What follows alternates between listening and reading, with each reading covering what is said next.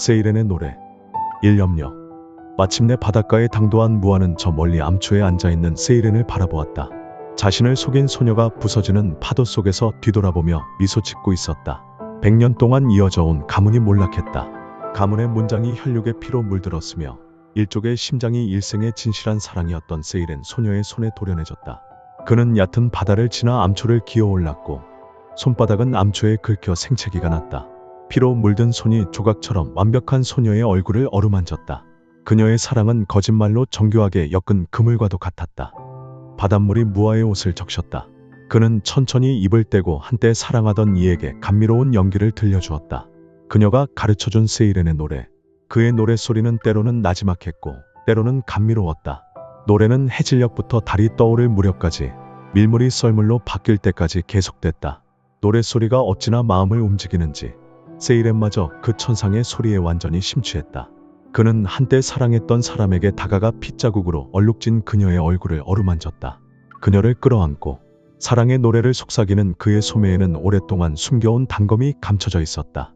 단검은 노래가 끝날 즈음 그녀의 등 뒤에서 심장으로 내리꽂혔다. 마치 피의 폭포가 천천히 떨어지는 듯 선홍빛 막이 무대 위로 내려왔다. 커다란 오페라 하우스에 울려 퍼지던 아리아의 여우는 아직 가시지 않은 채였다. 무아 역을 맡은 남자가 무대에서 품위 있게 인사했다. 가면에 가려 보이지 않는 눈동자가 관중석을 살짝 훑어보고는 감사를 표했다. 노래에 흠뻑 빠져있던 관중들은 그제야 정신이 들었는지 술렁이며 우레와 같은 박수를 쏟아냈다.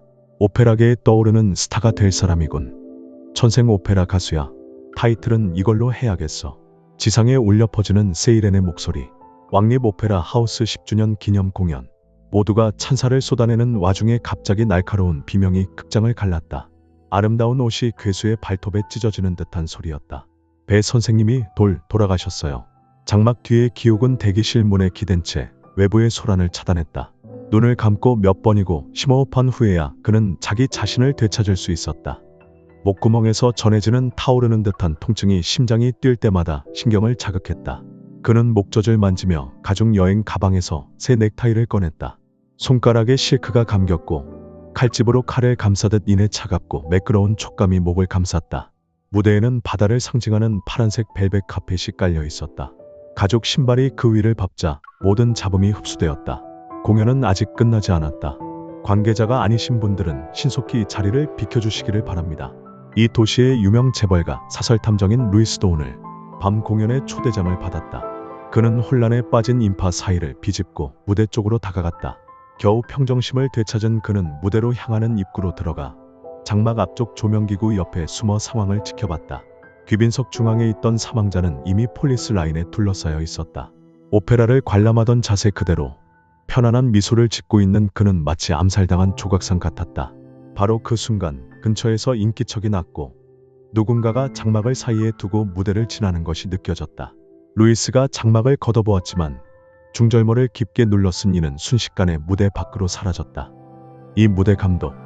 비로나 중심부에 위치한 한 카페. 문이 열리자 종이 울렸고 기욱은 종소리가 채 먹기도 전에 빈자리로 곧장 걸어가 자리를 잡았다.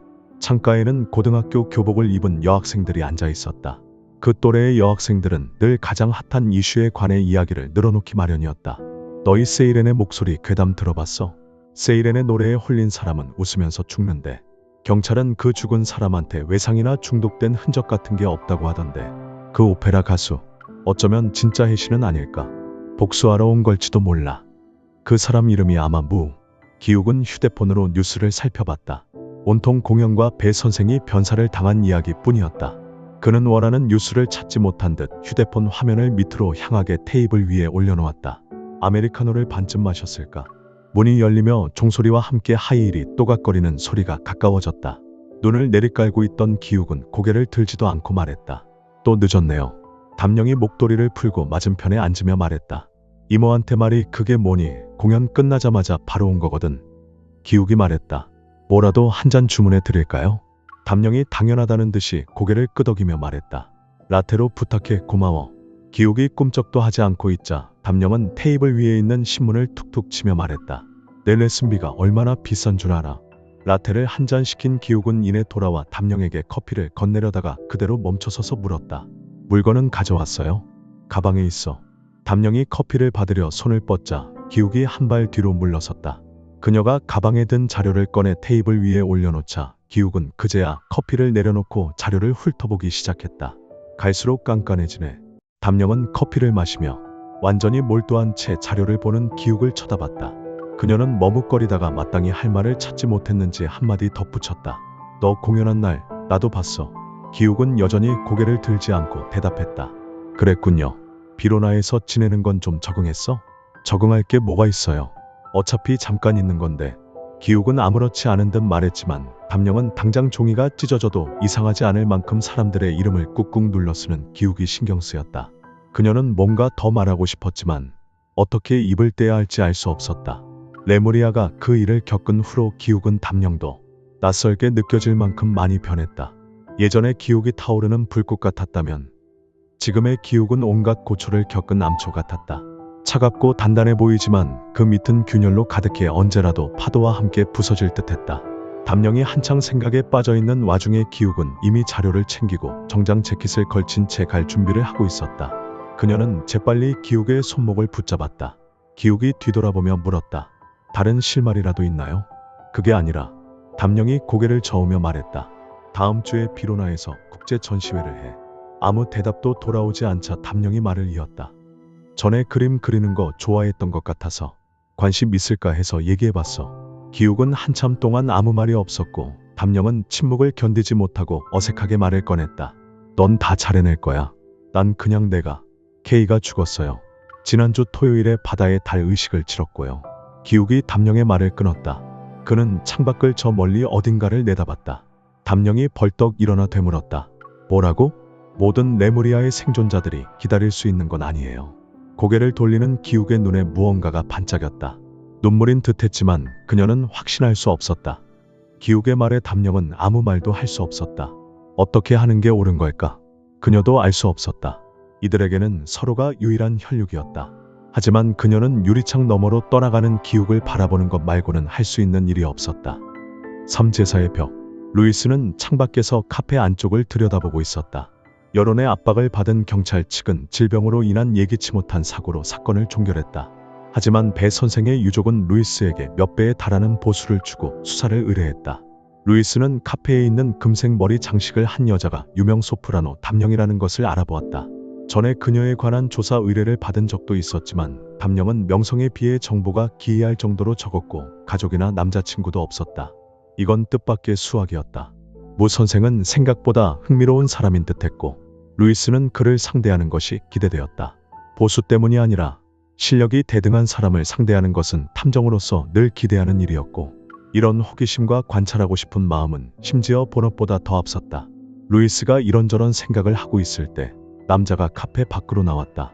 늘 그랬듯 간결한 동작이었다. 머리로 생각하기도 전에 발이 더 빠르게 움직였다.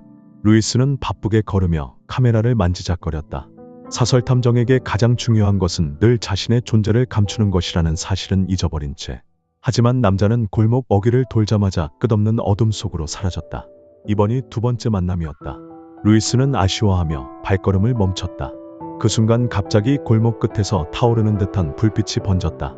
말해, 왜 따라온 건지. 사즉흥 공연. 그건 아마 루이스가 진실에 가장 가까이 다가간 날일지도 모른다. 한 고급 레스토랑 안, 루이스는 다소 뻔뻔하게 기욱 맞은편에 앉았다. 몇 가지 질문에 대답해 주시면 앞으로 뒤를 밟는 일은 없을 겁니다. 어떤가요? 기욱은 아무 대답도 하지 않았고 루이스는 그가 자신의 제안에 동의한 것이라고 여겼다.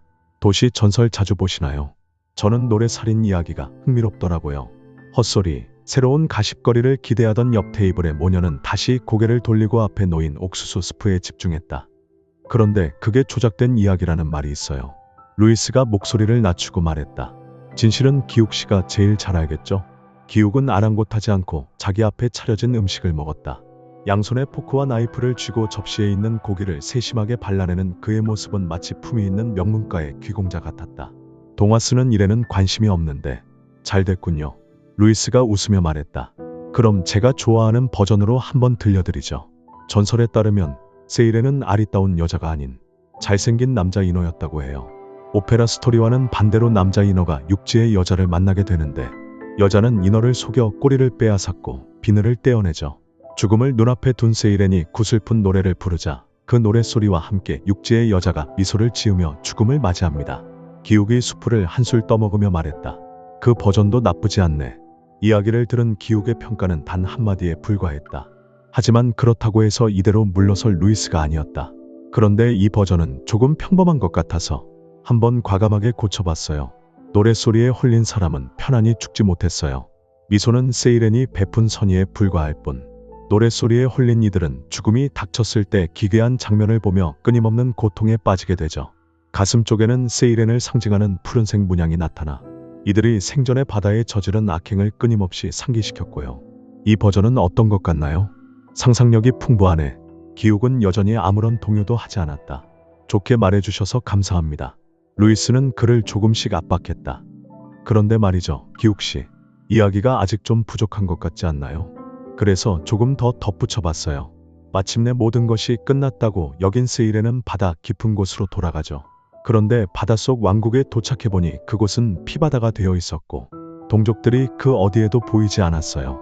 픽거품이 됐거나 끌려가 버렸죠. 세이렌의 고향은 그렇게 죽은 듯이 조용한 텅 빈 왕국이 되었어요. 아, 제가 이 바닷속 왕국의 이름도 한번 지어봤습니다. 레무리아. 루이스는 본인이 지어낸 이야기를 생동감 있게 들려주었다. 마침 셰프가 마지막 요리를 내오더니 정성껏 플레이팅을 해주었다. 화이트 로즈메리 위에 얹어진 생선이었다. 기욱은 여전히 아무 말 없이 느릿느릿 음식을 씹어 삼켰다. 그러다 또 한참을 맛을 음미하는 것처럼 쉽지 않고 가만히 있었다. 왜 그러죠? 가시가 있어서. 기욱은 여전히 느긋했다. 루이스가 오래된 자료를 꺼내 그의 앞에 내밀었다. 자료에는 이렇게 쓰여 있었다. 2034년 임천시 동남쪽 먼 해역에서 발견된 해저도시는 레무리아의 유적으로 확인되었으며 해당 유적은 레무리아 문명의 존재를 뒷받침한다. 루이스가 이어서 말했다. 제가 마냥 터무니없는 이야기를 지어낸 건 아니라서요. 마지막에 제가 추가한 이야기는 어떻게 생각하시나요? 사설 탐정을 하기에는 재능이 아깝군. 기욱이 자료를 돌려주었다. 앞에 있는 남자는 속을 꿰뚫어 볼 수 없는 가면을 쓰고 있는 듯했다. 루이스는 단념하지 않고 마지막으로 한 번 더 시도해보기로 했다. 그런데 이야기에서 잘 풀리지 않는 곳이 한 군데 있어요. 뭔데? 세이렌이 다시 바다를 떠나 육지로 돌아온다면 레무리아를 파괴한 사람들에게 어떻게 복수할까요? 루이스가 두툼한 인적사항 자료를 꺼내 올려놓으며 기욱의 표정을 살폈다. 기욱은 이번엔 루이스의 질문을 피하지 않았다. 그는 손이 가는 대로 펼쳐보며 말했다. 글쎄, 그 세이렌은 우선 인간들을 보고 배우지 않을까? 배우다니요? 뜻밖의 대답에 루이스가 어리둥절해했다. 루이스는 앞에 있는 남자에게서 그 어떤 약점도 발견하지 못했을 뿐만 아니라 조금 전에 그가 처음으로 웃은 것 말고는 어떤 수상한 점도 알아내지 못했다.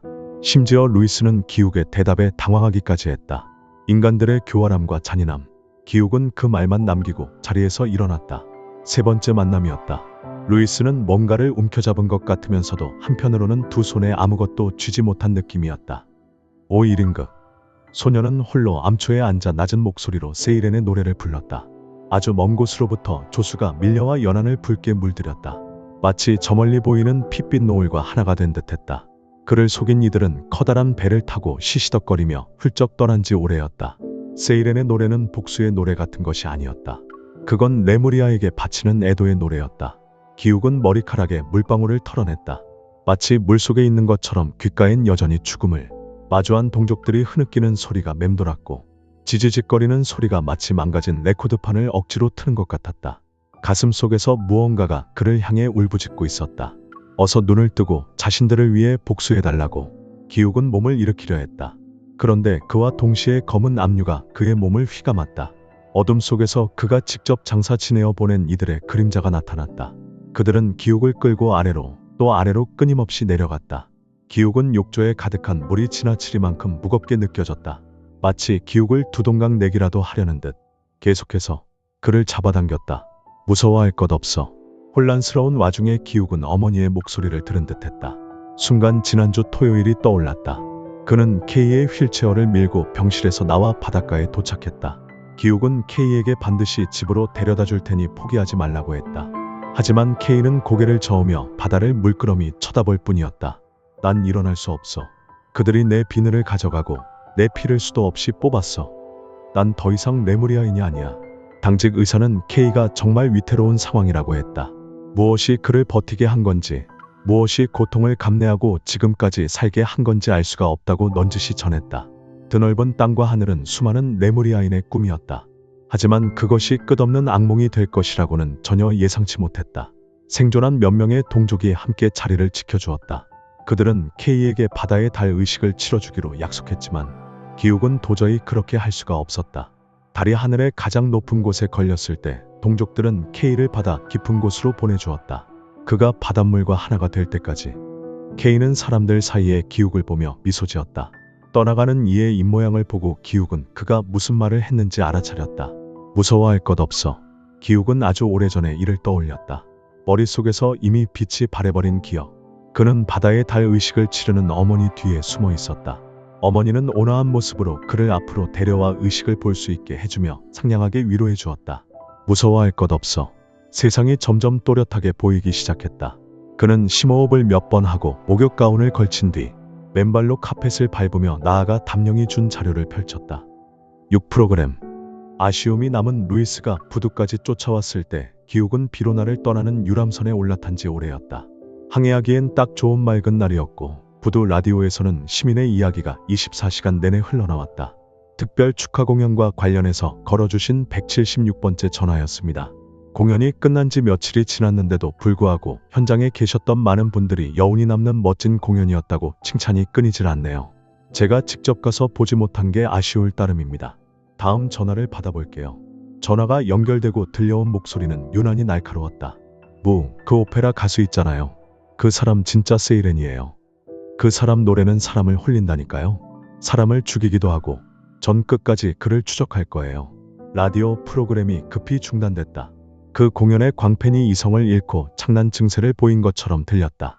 유람선은 며칠 동안 드넓은 쪽빛 바다 위를 항해했고 마침내 은빛 수평선이 눈앞에 펼쳐졌다. 기욱이 갑판 위에 올라섰다.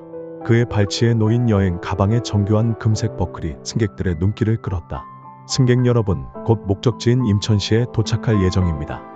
그는 자료 한 뭉치를 꺼내 불을 붙였고 타오르던 종이는 바닷바람을 타고 순식간에 사라졌다. 그는 명함집에서 명함 한 장을 꺼내 손가락 사이에 끼우고는 이리저리 돌렸다. 사설탐정이 알아낸 단서가 그가 지금까지 입수한 자료보다 정보가 풍부할 거라고는 생각지도 못했다. 그만, 나 이제 내릴 거야. 오는 내내 기욱을 따랐던 갈매기가 아쉬워하며 그의 어깨에서 발을 떼고 날아올랐다. 선착장에 가까워지고 세차게 불어온 바닷바람에 기욱의 앞주머니에 꽂혀있던 사진 한 장이 날아갔다. 아직 그리 멀리 날아가지 않은 갈매기가 사진을 물고 돌아왔다. 기욱은 사진 속 여자아이를 보고 미소를 짓더니 갈매기를 쓰다듬으며 말했다. 다음에 맛있는 거 보내줄게.